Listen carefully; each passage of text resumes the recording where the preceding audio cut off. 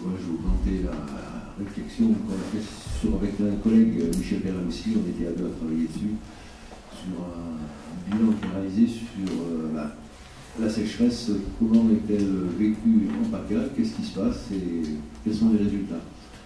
Et je finirai par des propositions pour améliorer les choses, parce que le constat était mitigé, on va dire.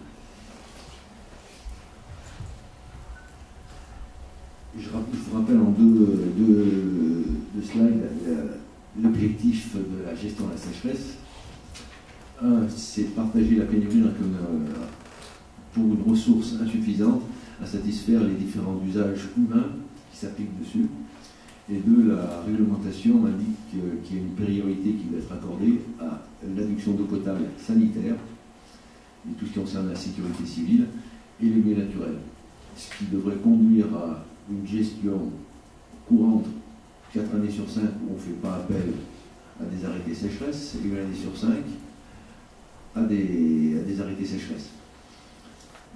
Pour la gestion courante, que j'appellerais la gestion structurelle, quantitative, on a parlé de la démarche des études volume prélevable qui se font et derrière qui se décline un plan de gestion de la ressource en eau, donc qui va nous permettre d'avoir des prélèvements compatibles avec la ressource existante. Et là, je parlais plutôt de la sécheresse, donc une année sur 5, en moyenne, c'est l'objectif recherché. Concernant la sécheresse, on a un équilibre à trouver entre 3 enjeux. 1, l'efficacité technique des mesures pour le milieu et pour les objectifs prioritaires. 2, un impact économique qui doit être, je vais mettre optimum, entre guillemets, ce qui veut dire que l'impact économique doit être compatible, doit être minoré par rapport aux restrictions qu'on leur demande, le plus faible impact économique, pour qu'elles soient acceptées. Et 3, en ce qui concerne la facilité de contrôle et la visibilité pour les usagers. Des choses qui soient visibles, avec des contrôles qui puissent effectuer et qui soient cohérents. L'équilibre entre ces trois, c'est l'acceptabilité par tout un chacun. C'est aussi bien les acteurs que les collectivités, l'État et autres, l'acceptabilité de cette gestion de la sécheresse.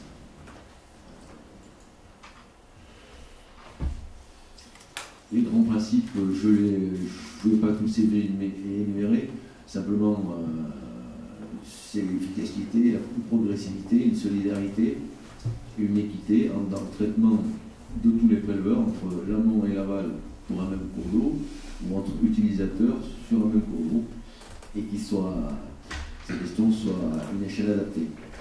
Donc, réglementairement, comment elle se traduit avec un arrêté préfectoral cadre qui est fait par département. On a 6 départements sur la région, donc 6 arrêtés cadres, qui précisent dans un plan d'action quels sont les bassins versants concernés, quels sont les paramètres que l'on suit, qui sont le débit, qui peuvent être des nappes, des niveaux de nappes, température, pluviométrie, ce que fait l'AEB avec le réseau au monde, plus sécheresse des sols et autres, tous ces paramètres qui sont suivis, les niveaux de restriction, il y en a 4, vigilance, alerte renforcée et crise, et sur chaque seuil de restriction, quelles sont les mesures qui s'appliquent pour chacun des usagers. Voilà, il y a les contrôles, donc il y a un plan de cadre qui a été défini par le département, et quand une situation de sécheresse se produit, et il y a un comité départemental de la sécheresse qui se réunit, qui propose au préfet de prendre pour tel bassin versant, tel niveau de restriction, ce qui veut dire qu'on définit les bassins versants, le niveau de restriction et pour une durée limitée, évidemment. L'arrêté cadre ou l'arrêté qui a été pris indique que c'est valable jusqu'à telle période. Voilà pour le cadre réglementaire. Ce qu'on voulait voir, c'est 1, comment les plans cadres ont été conçus, 2, comment les restrictions ont-elles été déclenchées en 2017, sachant que 2017 avait été une année, pour nous, PACA, sévère en termes de sécheresse. Donc tous les départements ont appliqué leur arrêté cadre avec des arrêtés qui ont été mis en place. Les départements se trouvent de voir comment c'est appliqué. 3, quelles sont les modalités de communication sur ces arrêtés sécheresse. Et 5, bon, savoir est-ce que les plans d'action, est-ce qu'ils sont respectés, est-ce qu'ils sont efficaces.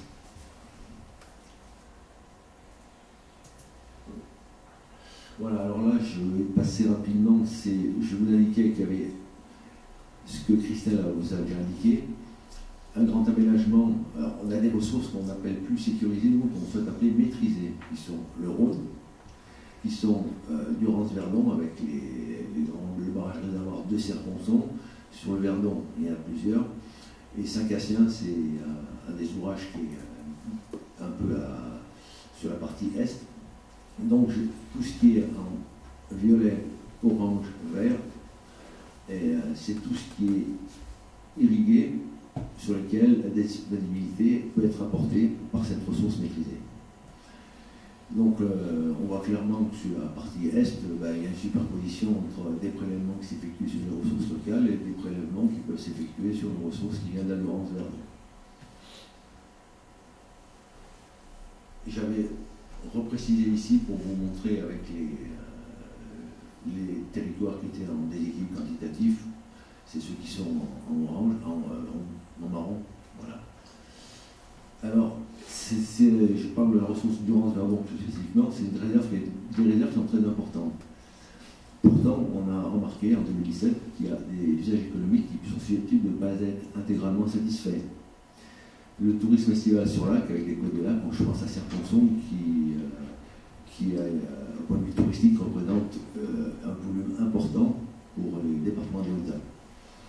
On a un certain nombre de pratiques de sport de ville qui demandent des lâchers qui n'ont pas pu être respectés. Sur le Verdon, à partir de mi-juillet, il n'y a plus de lâchers d'eau, des retenues.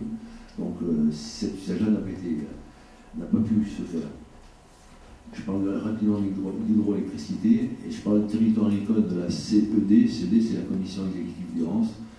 C'est la structure agricole qui gère tout ce qui est prélèvement, qui est pour le Vaucluse et les Bouches-du-Rhône en aval de la Durance.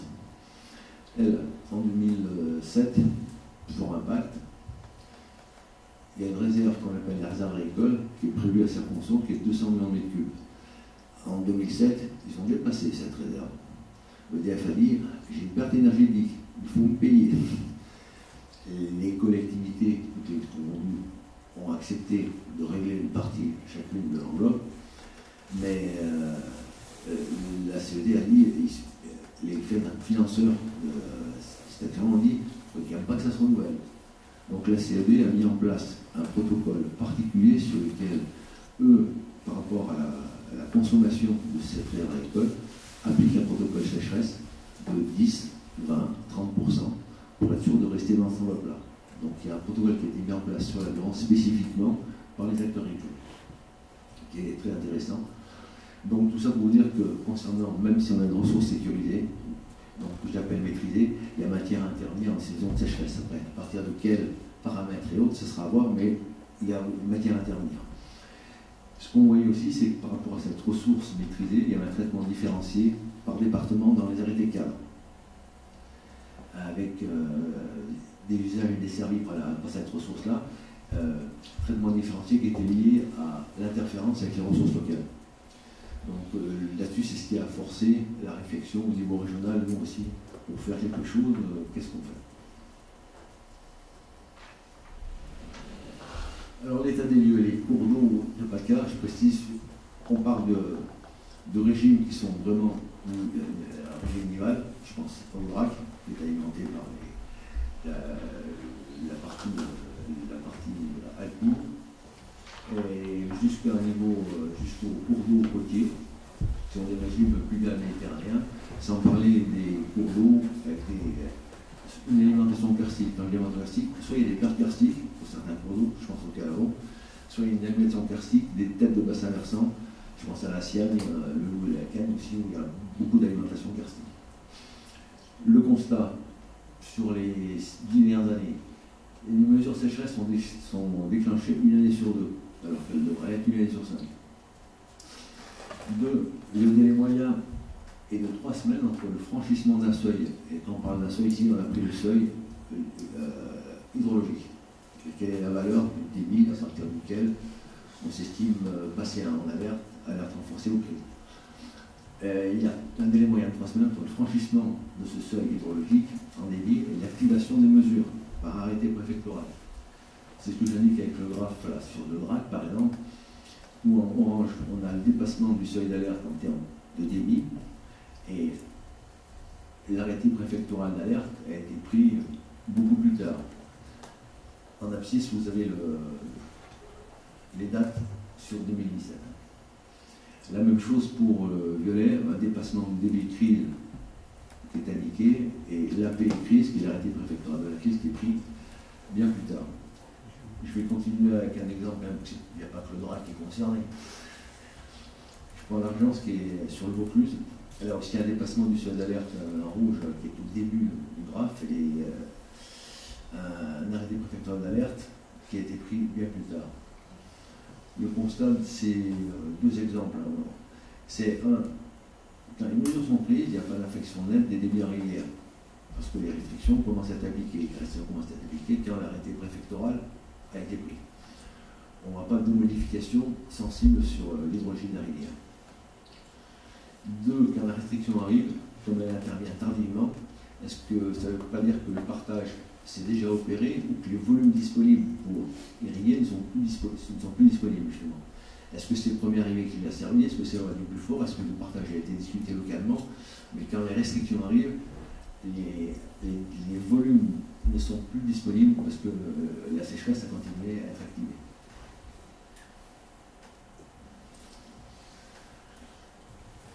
Alors, dans chaque département, les arrêtés cadres sécheresse ont été le fruit de concertation locale.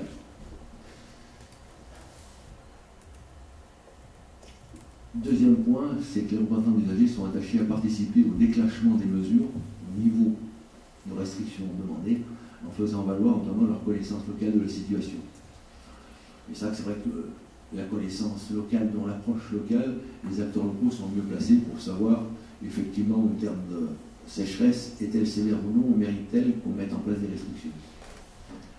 Cependant, quand on compare les différents arrêtés cadres sécheresse, il y a de nombreuses cultures irriguées qui sont exemptées par des dispositifs économes en eau.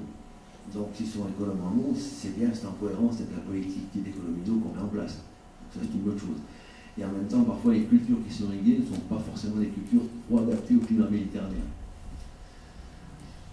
Il y a aussi une gestion des canaux, j'ai indiqué gestion des canaux parce qu'on a beaucoup de canaux qui existaient souvent sous forme d'ASA, association canaux autorisés, et qui ont des traitements spécifiques dans le cadre des arrêtés cadres avec des possibilités de modulation particulières. Donc, qui renforce aussi cette multiplicité d'applications suivant l'acteur qui est concerné. Pour les activités industrielles et commerciales, elles sont soumises, suivant les plans départementaux, à des restrictions partielles et disparates. J'aurai un exemple après. Les différences pour les usages non prioritaires d'eau potable existent, mais elles restent mineures.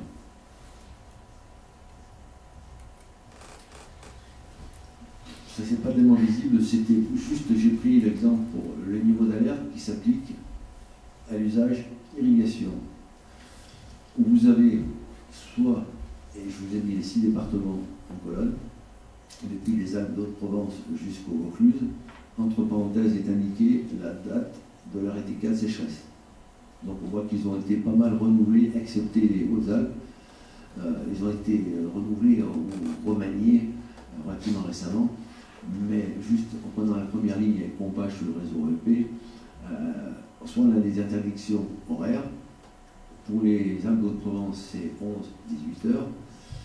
Ça peut aller jusque dans le Vaucluse jusqu'à... C'est pas la même tranche horaire. C'est pas la même tranche horaire. Alors quand vous avez une rivière comme le Calavon qui prend sa source dans les Alpes d'Haute-Provence et qu'on arrive dans le Vaucluse et qu'il y a un arrêté alerte sécheresse, c'est que les gens peuvent constater, d'un côté du département, on peut arroser jusqu'à 11 heures, et de l'autre côté, c'est 9 heures. C'est quand même difficile à expliquer et à justifier. Voilà, c'est l'exemple que j'ai pris, sans parler des Hautes-Alpes, où là, on a interdiction d'arroser, 2 jours interdits en semaine. Donc là aussi, c'est embêtant, on a des problèmes de rivières aussi interdépendantes entre les Hautes-Alpes et les Alpes d'Haute-Provence. Comment expliquer ça à l'usager? Là, je vous laisserai lire, mais c'est Pour ce qui concerne les prescriptions applicables donc, aux installations classées pour la protection de l'environnement, tout ce qui est industrie et commerce, il y a une ligne par département, mais en moyenne, vous avez soit c'est des arrêtés propres au ICPE qui s'appliquent, soit on demande une restriction de 10%. Vous voyez que c'est assez disparate, donc c'est pour ça aussi pour les PSL, c'est disparate sur un département ici, 2 sur un département. Les agriculteurs, vous avez des interdictions qui correspondent en gros à 20 à 30% qui est demandé, et pour l'activité commerciale, ce sera 10%. Donc aussi, il y a un sentiment d'injustice qui a fortement été souligné quand on discute avec les usagers.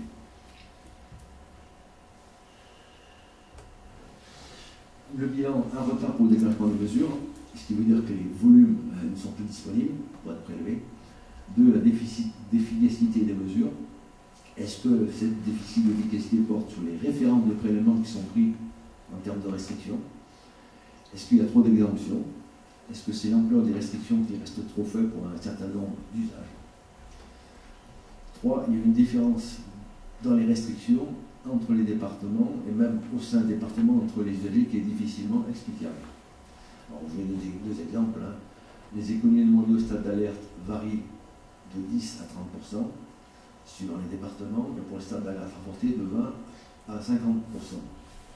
Sur les interdictions d'arrosage ou d'irrigation pour les agriculteurs, d'arrosage pour les particuliers, des différences qui varient de 11 à 18 heures jusqu'à 8 à 20 heures. Le problème j'ai souligné le problème des rivières interdépartementales. Quand j'indique que la coordination interdépartementale est assurée, ça veut dire que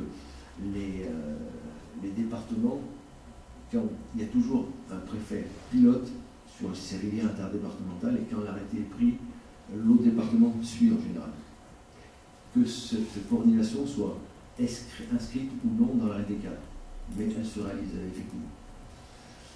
Voilà, alors après, entre les usagers d'un département, là, pour des activités économiques, ou aussi les restrictions entre l'agriculture, l'industrie, l'artisanat, les restrictions sont disparates et partielles. Alors, le bilan qu'on a aussi tiré, c'est que c'est une politique qui est difficile à concevoir et à évaluer.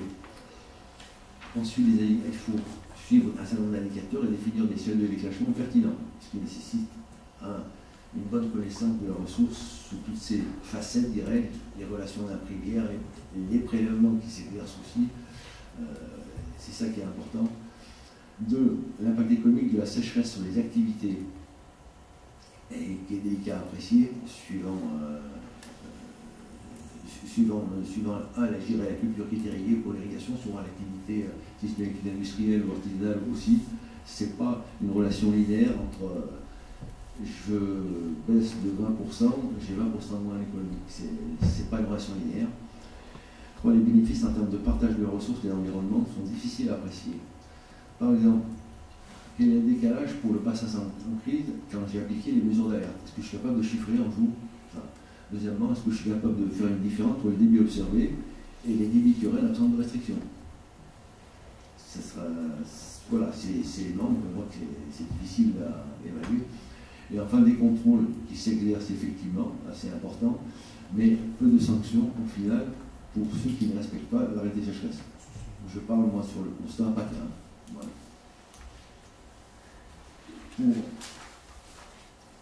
On a effectué aussi auprès des usagers un sondage pendant 2 mois sur les sites internet des préfectures de l'Adréal, avec une sensibilisation qui a été faite par les membres des comités départementaux de sécheresse auprès de tous les usagers.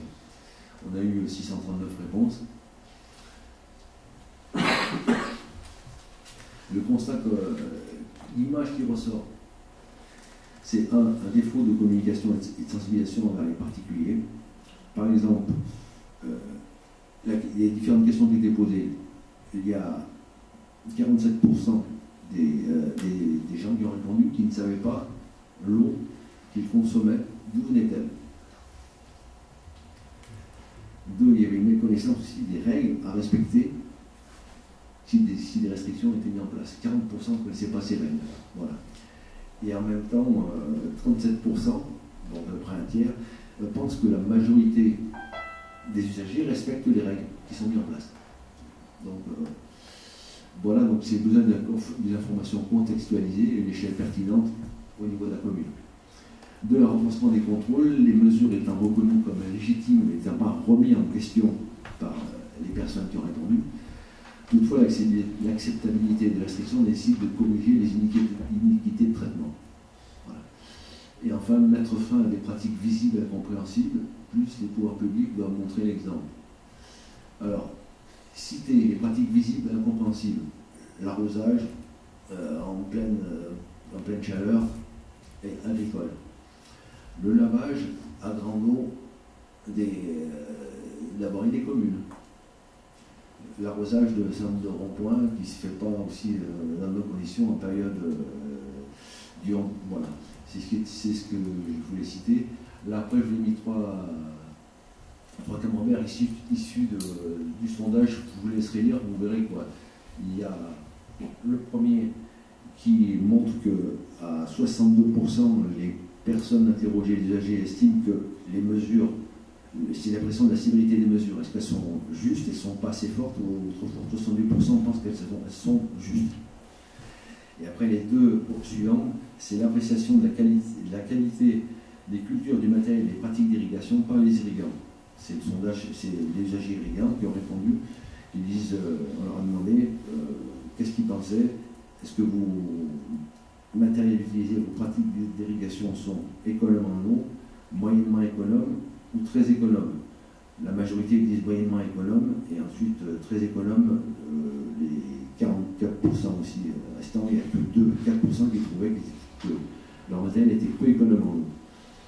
Et le dernier, quelle est la raison principale pour laquelle un irrigant estime ses cultures, matérielles et pratiques peu ou moyennement économes en eau. Voilà. Voilà, il y a une réponse qui est beaucoup plus disparate. C'est le choix des cultures en lien avec les aides de la politique agricole commune. Pour 26% des agriculteurs, 26 pour 29 réponses. Est-ce que vous pensez que d'autres usagers pour consommateurs d'eau doivent faire des efforts aussi? 26 ont répondu oui. Vous n'êtes pas prêt à modifier vos pratiques et matériels, soit parce que c'est contraignant, soit parce que c'est trop coûteux. Aussi 35 personnes ont répondu.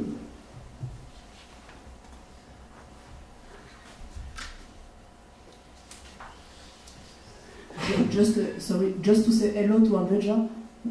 Hello, you hear us?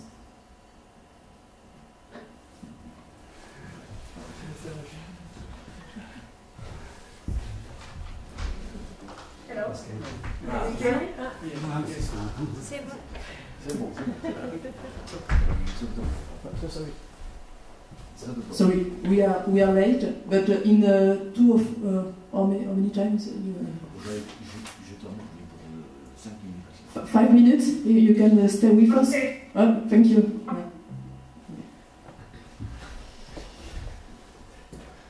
Donc, redonner du sens et de l'efficacité à cette gestion de la sécheresse avec améliorer la gestion courante, la gestion structurelle avec les plans de gestion de la ressource en eau pour n'avoir à recourir aux restrictions de sécheresse une année sur 5. Un traitement différencié entre les ressources maîtrisées et les non maîtrisées, intégrant les croissances économiques. 2. Rétablir de l'équité à l'échelle de compréhension des usagers qui dépasse l'échelle bassin versant des départements. Améliorer l'efficacité réelle avec une mise en œuvre réactive, pas attendre 3 semaines en moyenne. Et enfin, trouver un équilibre efficace, donc qui ait du sens à l'échelle interdépartementale entre les 3 enjeux précédemment cités.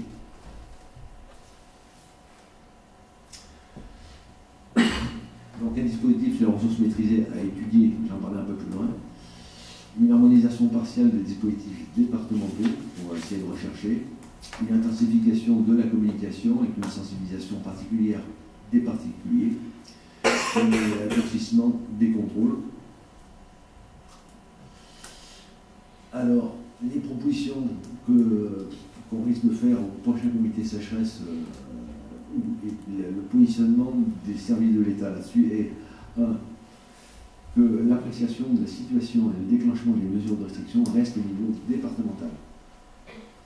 C'est eux qui sont mieux placés pour juger de la situation et savoir s'il faut intervenir ou non, l'activité pour intervenir, si les mesures doivent être déclenchées ou non. Simplement, il y aura des recommandations pour améliorer la réactivité de la prise d'arrêté préfectoral notamment. Deux, ce qu'il veut proposer, c'est une harmonisation des mesures sur les ressources non maîtrisées rapidement, dans un premier temps, avec les propositions sont un objectif commun à tous les usagers, quel que soit le département. Pour l'alerte, c'est moins 30%, pour l'arrêt renforcé, c'est moins 50%, crise, c'est l'arrêt. Des mesures globalement plus restrictives, et on traite ensuite des restrictions moindres ou des exemptions qui sont limitées pour rester proportionnées et équitables selon les efforts qui ont déjà été faits pour limiter la consommation. 3. Des plages horaires ou une plage horaire commune pour l'intervention. Je dis une plage horaire ou des plages horaires, c'est pour l'alerte, on proposera 9-19, voire pour la renforcée, on peut agrandir cette plage horaire-là, mais au moins pour tout ce qui est arrosage d'irrigation, en termes de visibilité et maintien d'une facilité de contrôle. 3. Qu'il n'y ait pas de distinction qui soit faite entre le mode de prélèvement, que ce soit un forage, un pompage, un prélèvement rivière, superficiel et autres, que ce soit les mêmes restrictions qui s'appliquent. Et enfin, concernant la ressource maîtrisée, mise à l'étude de la pertinence économique de restrictions sur la ressource maîtrisée Durance-Verdon, en s'appuyant notamment sur l'établissement public territorial de bassin de la Durance, qui est en charge aussi du travail qui est en train d'être effectué pour l'élaboration d'un SAGE. Et des actions de communication pour le porter à la connaissance aussi, qui est important, porter à la connaissance pour convaincre les particuliers et les collectivités en particulier. Donc, pour rapidement terminer, voilà, proposition, je voulais connaître, ça c'est la proposition qu'on compte faire pour les usages non prioritaires sur les réseaux d'eau potable. En termes de communication, de prendre l'exemple qui est mis sur le côté, c'est génération des affiches qui sont envoyées aux mairies, où on met carrément les interdictions, les restrictions, c'est quoi, avec les secteurs concernés et les communes afférentes, voilà, ce qui permet d'avoir une communication qui est claire, parce que ce n'est pas un arrêté sécheresse qui est suffisamment clair pour l'usager moyen. Une mise en forme qualitative et une génération automatisée des affiches. Si on peut, c'est le développement d'un outil applicatif pour connaître individuellement les mesures applicables, c'est-à-dire suivant le département où on est, localisation, tout usager, qu'on puisse, ça peut se faire, mais ça demande du travail informatique, c'est ce qu'avait travaillé Michel Perret au niveau national. Voilà, et alors, comment on va faire ça? Il y a une concertation régionale qui va être engagée avec un comité régional sécheresse qu'on va mettre en place. La date devrait être fixée sous peu, mais on va essayer de le faire. A priori, ce serait la première quinzaine de décembre. J'ai pas plus d'éléments, pas pour Christelle. Le bilan, l'état des lieux a déjà été partagé avec un certain nombre de structures. Donc, ça sera représenté avec les propositions que j'ai indiquées pour arriver, si c'est possible, à un arrêté cadre interdépartemental sur les mesures de restriction, donc qui serait signé par les 6 préfets, et puis créer la modification des 6 arrêtés cadres départementaux.